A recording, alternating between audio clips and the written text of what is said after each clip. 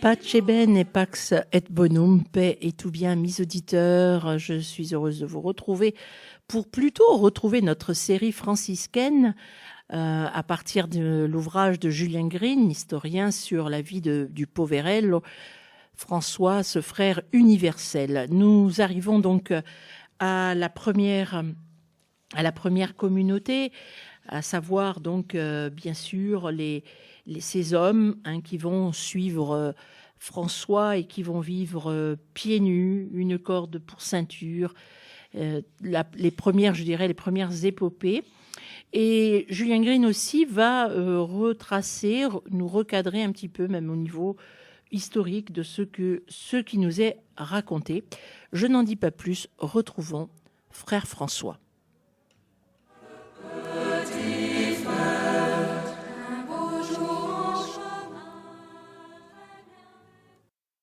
Homme de sac et de corde. Quelle force mystérieuse attirait des hommes vers ce petit groupe qu'ils voyaient passer, chantant dans les rues des villes perchées sur les hauteurs ombriennes ou par les champs et par les bois. Pieds nus, une corde pour ceinture, vêtus en pauvres avec une robe qui ressemblait à un sac, mais joyeux comme des enfants, ils semblaient venus d'un autre monde où la tristesse n'existait pas. Pouvait-on, ne possédant rien, vivre heureux sur cette terre? L'âge d'or était-il là? Assis observaient avec une vague admiration, mais non sans malaise, ces guenilleux qui dérangeaient les idées reçues. Et tout cela au nom du Seigneur. L'un après l'autre, 4 nouveaux venus des Assisiates se présentèrent. Sabatino, Morico, Jean de Capella, Philippe le Long. Sabatino qui demeura obscur. Morico, un religieux qui soignait les lépreux, atteint déjà par ces blancheurs de peau morte, il avait appelé François au secours et fut guéri par un électuaire composé par celui-ci. Des miettes de pain trempées dans l'huile puisée à la lampe qui veillait toujours depuis l'autel de la Vierge. Puis Jean de Capella, ainsi nommé parce qu'il portait un bonnet par-dessus sa capuche et qui fut, disent certains, le Judas de la bande. Là, un doute se lève. Pourquoi fallait-il qu'il y eût un Judas? Pour établir une ressemblance avec le récit évangélique? L'idée ne vint certainement pas de François, mais les légendes ne se font pas toutes seules et il faut se méfier des légendes. L'accusation ressemble à un règlement de compte du temps de saint Bonaventure. Jean de Capella créa une communauté de lépreux et eut l'idée d'une fraternité parallèle. Mais les interventions de la curie romaine provoquèrent une mise au point de François à son retour d'Égypte, et rien n'indique que Jean de Capella ne se soumit pas immédiatement à celui que, jeune, il avait rejoint. Philippe le Long, originaire d'un village sur l'autre versant du mont Subasio, devait laisser une réputation de doux amoureux du Christ. Il comprenait et interprétait les Écritures sans être passé par les écoles. En attendant, les 10 frères se mirent en route dans des directions différentes. Sans être déçus, comment François pouvait-il jamais les décevoir, leur joie s'en trouvait plus sobre. Les fruits amers ne tardèrent pas. Dans les rues d'Assise, on accueillait ces va-nu-pieds avec des sarcasmes et parfois avec des questions assez impertinentes. « Hier, vous aviez largement de quoi vivre, et maintenant que vous avez tout vendu, vous venez nous demander du pain? N'êtes-vous pas fous ?» Ils répondaient avec douceur, en invoquant l'amour de Dieu et en souhaitant paix et bonheur à tout le monde. Finalement, ils emportaient avec des lazzi quelques croûtons de pain et d'indescriptibles rogatons, le rebut dont on ne voulait plus à la cuisine, mais ils s'estimaient comblés parce que la joie qui envahissait l'âme de François habitait aussi la leur. François, du reste, ne cessait de les encourager, car certains, devant l'hostilité du monde, ne pouvaient se retenir de trembler un peu. On les prenait pour des hommes des bois, et les blasphémateurs ricanaient lorsqu'ils parlaient de Dieu. Mais à cela, disait François, il fallait répondre tranquillement en prêchant la pénitence, et ne pas oublier que par eux, le Seigneur lui-même parlait aux méchants et aux orgueilleux. Peu à peu, l'opinion se répandait que ces mendiants n'étaient pas des mendiants comme les autres. Rencontraient-ils sur la route d'autres pauvres plus pauvres qu'eux?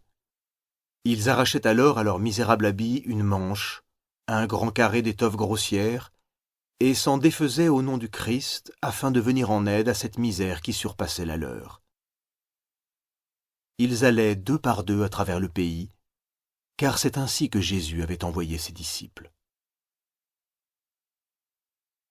À propos des chroniqueurs. Les chroniqueurs se contredisent avec une sorte d'émulation, où ils abrègent, ou bien parfois allongent indûment leurs récits pour des raisons d'esthétique ou de vraisemblance. Mentir ne les épouvante pas. On peut choisir selon sa sensibilité personnelle. La première entrevue de François et d'Innocent III fournira un excellent exemple de ce que je veux dire. Certains témoins de François ont une méthode différente. Il s'agit de reconnaître un saint. Ils n'hésitent jamais et sont infaillibles. Ce sont les animaux pourchassés qui se réfugient à ses pieds ou dans ses bras parce qu'ils savent que là, la méchanceté des hommes ne les atteindra pas. C'est le lièvre qui se blottit contre François et ne veut plus le quitter. C'est le chevreau qui se précipite vers lui et à qui François fait affectueusement la leçon, en lui donnant toutes les instructions nécessaires pour ne pas se laisser prendre. Mais le petit animal ne veut rien savoir et s'attache au pas de son sauveur. Ce sont les oiseaux qui se posent sur lui comme dans les branches d'un arbre protecteur. Ce sont les poissons qui écoutent ses conseils de prudence. Enfin, c'est le fameux loup de Gubbio, converti obéissant, qui renonce à la chair et se fait loup chrétien. Tout cela ne se trompe jamais sur le compte de François. Ils n'ont besoin ni de Celano I, ni de Celano II, ni de Saint Bonaventure, maître en l'art d'arranger un portrait, ni même des trois compagnons, ou de l'honnête anonyme de Pérouse par qui la voix de l'innocent frère Gilles parvient jusqu'à nous par-dessus les siècles bavards. Ni même du Seigneur Pape, qui a connu François et l'a aimé, Grégoire IX, et qui le canonise. Les bêtes sauvages et ses frères très simples n'ont pas attendu pour apprendre ce qu'ils savaient avant tout le monde. Devenu le chef d'une petite troupe qui ne demandait qu'à lui obéir dans l'allégresse, François dut sentir le poids de sa responsabilité. En face des problèmes de la vie, l'énorme confiance de ses disciples lui jetait un défi. Il avait 11 mendiants sur les bras et qui ne savaient même pas leur métier. Il fallait tout leur apprendre. Le vœu de pauvreté absolue n'allait pas sans poser de problème. On ne pouvait compter que sur cette vertu qui restait si souvent abstraite, la charité du prochain. Bien que son assurance demeurât inébranlable, François ne se plongeait pas moins dans la prière pour demander à Dieu ce qu'il voulait de lui et des siens. Un jour qu'il s'était retiré dans la solitude, il connut d'abord la terreur à contempler le maître de la terre entière, et le souvenir du temps qu'il avait perdu dans ses jeunes années mit sa conscience à la torture. Bientôt, cependant, il fut envahi d'une joie surnaturelle qui lui rendit la paix intérieure, et tout à coup, ravi, en extase, dans une nappe de lumière qui allait s'élargissant, il vit la foule immense de ses disciples à venir s'étendant jusqu'aux extrémités du monde. Lorsqu'il revint à lui, il retourna vers ses frères, transformé par l'idée qu'il avait reçu une mission. Allait-il convertir le monde? On peut croire que c'était son rêve, un de ces nombreux rêves qui l'avaient guidé depuis son enfance. Pour le moment, il lui fallait instruire ses disciples. Il commença par leur décrire sa vision qui ne manqua pas de les ravir. Une multitude venant de tout pays vivre sous leur habit. J'ai même encore dans les oreilles le bruit de leurs pas. On imagine l'enthousiasme de la petite troupe. De France, d'Espagne, d'Allemagne et d'Angleterre, une foule aux multiples dialectes se hâtant vers eux. Le prix dont se paieraient ces grâces fut présenté ensuite avec douceur. D'abord se cueilleraient des fruits exquis, puis d'autres moins doux et moins suaves, enfin d'autres encore, et cela amer, immangeable.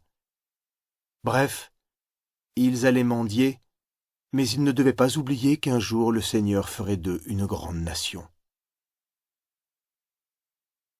Tenir bon. Mon église tombe en ruine, avait dit le Christ à François dans la petite église de San Damiano. Ce qui était vrai de San Damiano l'était beaucoup plus de l'église qu'il avait fondée et qui se détruisait spirituellement. Les maux qui sévissaient ne variaient pas depuis des générations. Simonie, avarice, grossièreté des mœurs et mépris des exigences évangéliques, c'était un catalogue de ce qu'il ne fallait pas faire.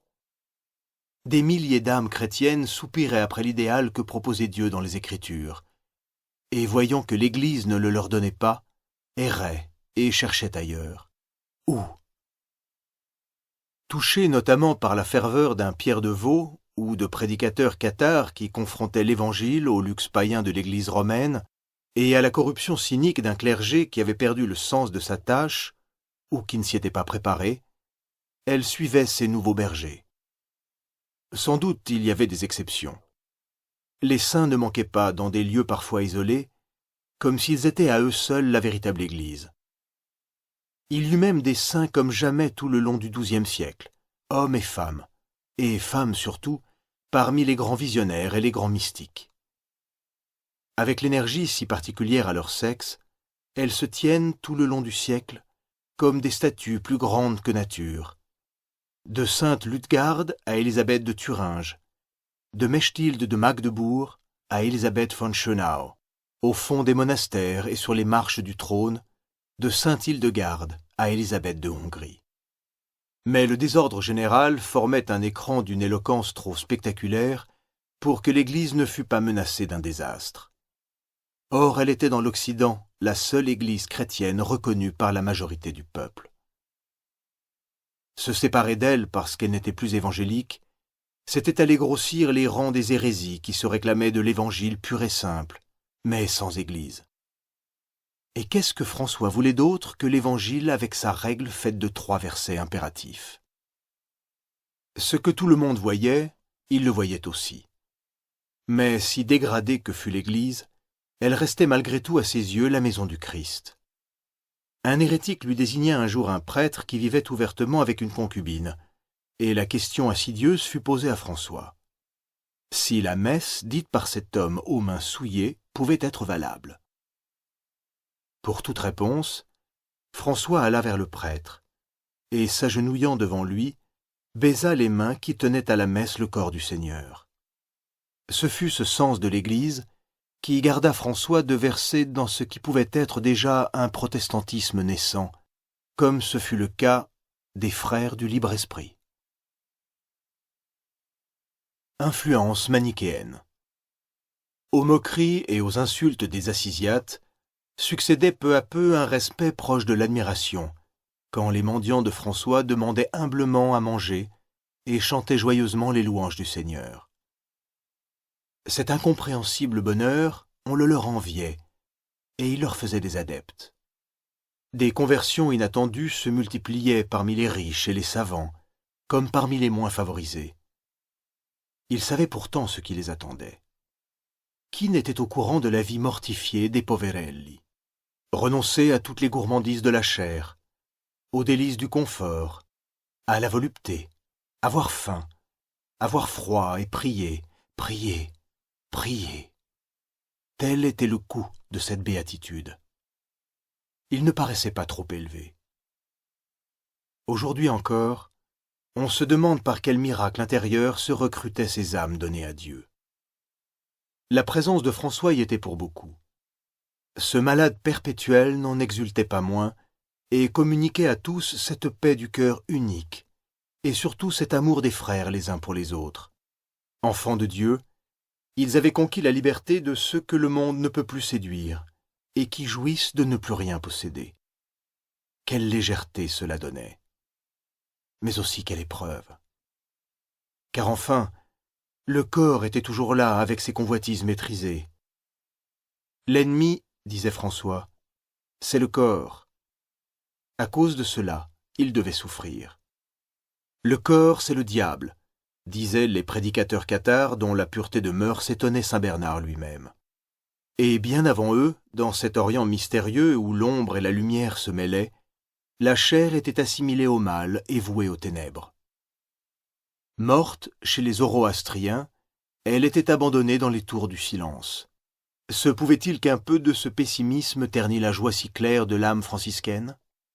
Le fait est qu'il fallut du temps pour que François voulût bien donner à sa pauvre chair supplifiée par les mortifications et la maladie le nom affectueux de notre frère le corps. La paix entre eux s'était faite. Avant cela, cependant, il avait interdit les macérations classiques.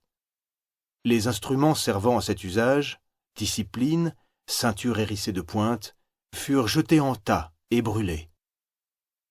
Sans doute s'était-il avisé qu'il n'en était pas question dans les évangiles. Pauvreté, chasteté, obéissance suffisaient largement.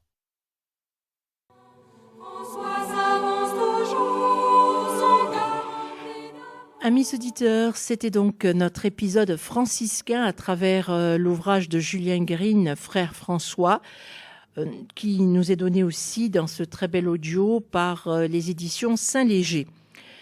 Nous nous donnons rendez-vous la semaine prochaine. Nous allons poursuivre cette épopée, on peut dire fraternelle, en tout cas, c'est début de la fraternité, et en replaçant aussi le contexte. Vous verrez, nous allons entamer maintenant aussi les grands pas que va faire François face à l'Église de son temps, et Julien Green sait très bien nous le rappeler. Bonne semaine à vous tous, et comme François aimait à reprendre cette parole de l'Évangile, que le Seigneur tourne vers cette parole de la Bible, que le Seigneur tourne vers vous son regard, qu'il vous apporte la paix, qu'il vous bénisse.